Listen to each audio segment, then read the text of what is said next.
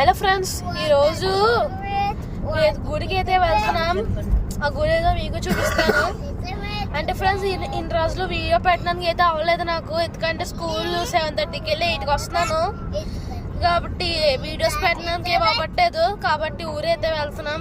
కాబట్టి మీకు ఆ గుడి గురించి ఫుల్ చెప్తాను. ఈరోజు కొంచెం మా చెల్లి